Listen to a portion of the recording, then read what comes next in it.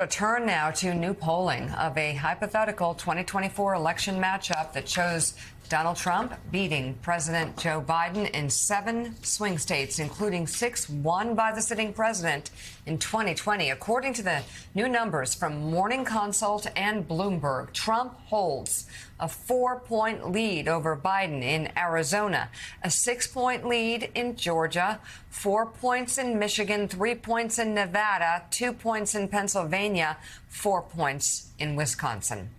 Those in addition to a 9-point lead for Trump in North Carolina, a state he won by less than a point in 2020. The new survey also shows Trump with a 7-point victory across all those battleground states when third-party candidates are included on the ballot. Joining us now, White House reporter for Bloomberg, Akayla Gardner, with more on these poll numbers. Akayla, what stood out to you? I think what stood out to me the most was definitely when those declared third-party candidates and independent candidates were added in. Trump's lead extends to 7 points. So we specifically asked voters about Jill Stein, Robert F. Kennedy Jr., Cornel West.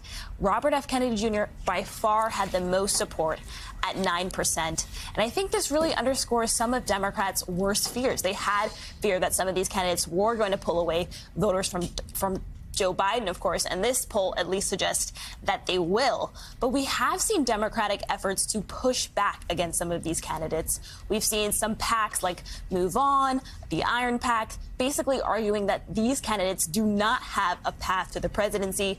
Move On also debated no labels, which could also put out a candidate in early 2024. And that just adds to the worries that if more candidates, third-party candidates specifically, add to this race, that it could eventually hurt Joe Biden. Akayla, when you look at the numbers that Biden is losing, where he's losing from, it's often it's young voters, it's people of color, especially younger black men, younger Hispanic men. Are you seeing that in this poll as well?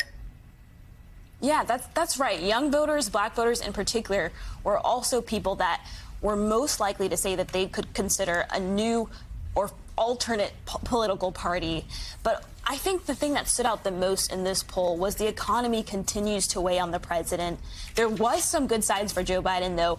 People were less likely than in an October poll to say that they, that they thought that prices were increasing. They were less likely, and they were also more likely to say that their local economy was better than the national economy. So there is some signs that the White House has been hoping that moderating inflation could start to resonate with voters, and this poll starts to show that some of those things are resonating there. So, okay, let's talk through a couple of these states with the idea that, we're still a year out. There's a lot of caveats. Things can change. And these margins are all close, most within even, in fact, the margin of error, particularly if it is just a one-on-one race. There's a lot of concern about Michigan among Democrats in the wake of the Israel-Hamas war, where they're seeing Arab-American voters, Muslim voters break away from the president. Not necessarily say they'd vote for Trump, but they might stay home. That's a concern, and Trump up 4 there. Also, the other one that grabbed me is that when you talk to Biden people, and I did some this week, they think, in addition to having to play defense in these swing states, the one where they think they can go on the offense, they might be able to pluck from Trump's column, is North Carolina. But that here, down 9, that seems like a pretty substantial number. Agreed. North Carolina, at least according to this poll, is not something that's in the margin of error. Also, Georgia, which the president won by a very close margin as well. And I think the concern was in 2020, Biden had such small margins. He cannot afford to lose some of these key blocks, like you mentioned, Arab Americans, young voters, black voters. So I think they're really going to have to go on the offense. And something that I think is important to watch, especially in the economy, is they have been talking about price gouging. They're really putting pressure on corporate America, on companies to start bringing down some of those prices, especially in the healthcare industry and the oil industry. All right, White House reporter for Bloomberg, Akayla Gardner, thank you so much for coming on the show this morning. We'll see you again soon.